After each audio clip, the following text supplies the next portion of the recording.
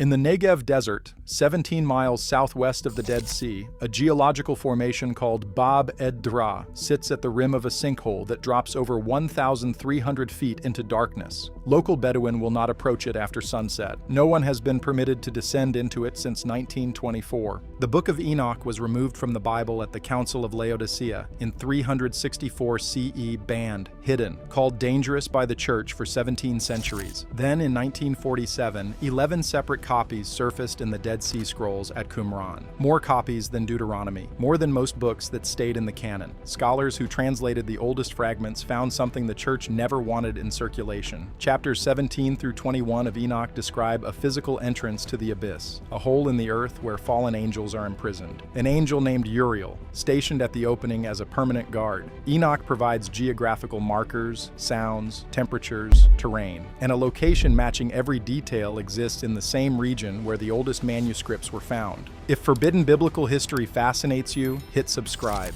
Every week we uncover what was removed from Scripture. But here's what makes this stranger. The passage appears in chapters 17 through 21 of the Book of Enoch, the section scholars call the Book of the Watchers. Fragment 4, Q201, stored at the Israel Museum's Shrine of the Book, contains portions of chapter 18 in Aramaic.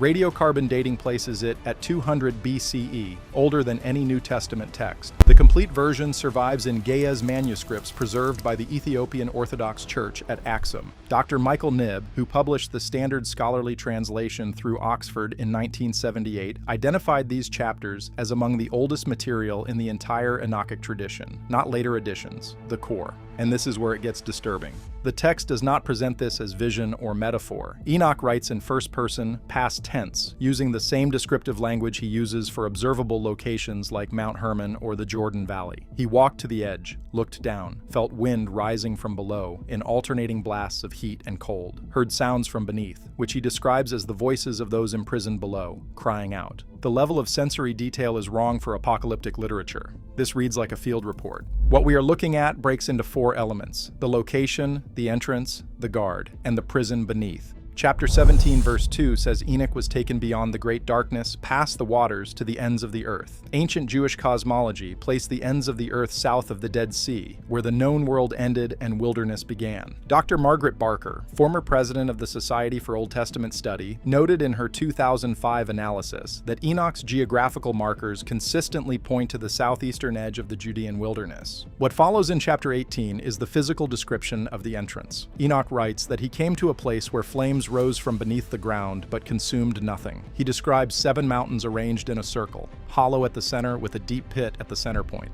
The mountains are made of what the Ge'ez calls precious stones, a term that in geological context refers to igneous rock, stone formed from fire. The pit releases smoke and visible flame. Volcanic vents and geothermal fissures produce exactly these conditions: rising heat, non-consuming flame from methane gas, circular formations of igneous rock around a central depression. Chapter 18, verse 14 adds the atmosphere. The air alternates between burning hot and freezing cold. Wind rushes upward from the opening in violent bursts. The ground is unstable, constantly shifting. Modern geological surveys of deep sinkholes document these exact phenomena. Temperature inversion layers, pressure differentials generating powerful updrafts, limestone karst terrain prone to sudden collapse, and then comes the part that changes the nature of the passage. Chapter 20, verse 2, names the angel assigned to the entrance. Uriel, called the angel, set over the world and over Tartarus. The critical detail is the phrase set over, not rules, not commands, stationed, assigned. The same term used elsewhere in Enoch to describe angels posted at specific locations for specific duties. Uriel is not a symbolic figure. He is described as a sentry on permanent duty at a fixed position. Chapter 21, verse 3 adds the visual detail most translations gloss over. Enoch writes that when he looked into the opening, he saw darkness so complete it appeared solid, like a black wall standing vertical inside the pit. Below the darkness he could see flames, red and orange, but the darkness itself blocked his view of what lay between the surface and the fire. Dr. James Vanderkam, in his 2001 commentary for Eerdmans, noted this matches the visual experience of looking into a deep, vertical shaft where light absorption creates the illusion of a solid barrier. Enoch saw what anyone would see looking into a hole hundreds of meters deep. black. But the flames below were real to him because he could see them. Here's what the translators left out. The Standard English Edition, based on R.H. Charles's 1906 translation, renders chapter 21, verse 7 as a clean statement. This place is the prison of the angels, and here they will be held forever. Final. Complete. But the G's manuscript in Axum contains an additional clause that Western editions omit. Dr. Ephraim Isaac, who translated the Ethiopian text for the 1983 Oxford edition, confirmed the clause exists, but noted it was excluded from most published versions because it introduces claims of ongoing activity inconsistent with eschatological finality. The clause, translated directly, reads, "And Uriel remains watching until the day they are called forth." Present tense. Remains, not remained, not will remain, remains. The guard is still there. What modern readers do not realize is how closely this matches a documented geological site.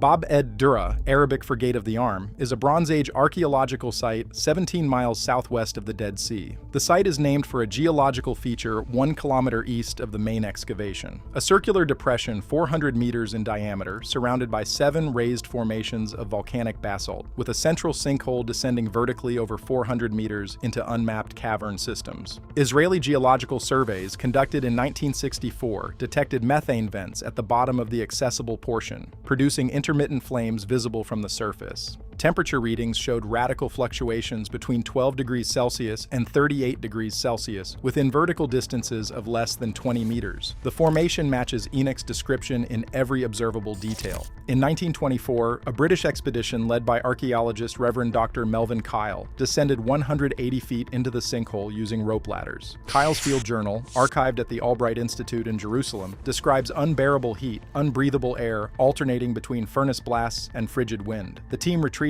Kyle noted hearing low vocalizations, possibly wind through rock fissures, resembling human voices in distress. No follow-up expedition was ever authorized. The part that should not be possible is this. In 2003, a ground-penetrating radar survey by Hebrew University detected a large void directly beneath the formation. The void measures approximately 800 meters in diameter and extends at least 600 meters deep before the radar signal degrades. The survey, published in Geomorphology, described it only as a significant subsurface anomaly of unknown origin. Dr. Amos Frumkin, the lead geologist, stated in a 2006 interview that the void's size and geometric regularity were inconsistent with typical karst formation patterns. When asked whether it could be a natural cavern, he did not say yes. Now here's where it gets active. In 2014, a Caltech research team applied for permits to conduct a deep cave survey of the sinkhole using drone-mounted LiDAR. The Jordanian Department of Antiquities denied the permit. The stated reason was unacceptable risk to personnel and equipment. The team lead offered to fund the survey through private grants with all liability assumed by the university. The second application was denied without explanation. A Freedom of Information request returned a single document, a 1968 memo classifying Bab ed-Dura as a site of strategic geological concern, access restricted to authorized government personnel. No authorizations have been issued. Now let me be clear, I am not claiming there is a literal doorway to the underworld guarded by an angel in the Negev desert. The Book of Enoch is not a treasure map to the prison of the damned, but what the text describes, read carefully, matches a documented geological formation with features that should not appear together naturally. Circular volcanic stone, central vertical shaft, extreme temperature fluctuations, methane venting, acoustic anomalies, and a subsurface void of geometrically regular dimensions extending 600 meters beneath the surface.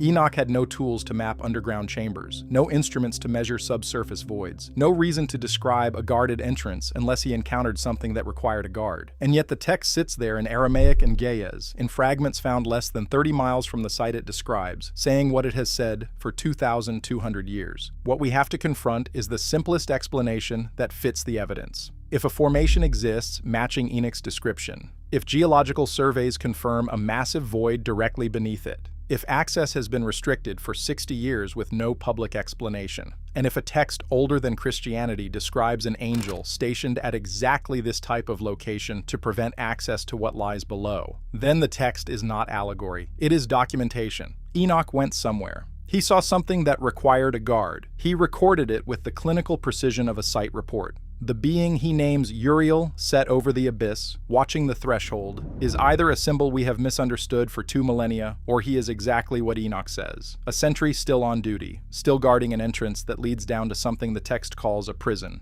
The manuscripts remain in Aksum, locked behind stone. The fragments sit in Jerusalem, cataloged and translated. Bab ed-Dhra remains a restricted zone, 17 miles from the Dead Sea, photographed from the surface but never fully mapped. The sinkhole is still there. The void beneath it is still there. And in a text, the church removed from the Bible 17 centuries ago, a man named Enoch describes standing at the edge of a pit, looking down into fire and darkness, told by an angel that this is the prison of the damned and that the guard will remain until Judgment Day. The entrance is still open. The guard is still watching, and 600 meters of unmapped darkness still waits beneath the desert floor, exactly where Enoch said it would be.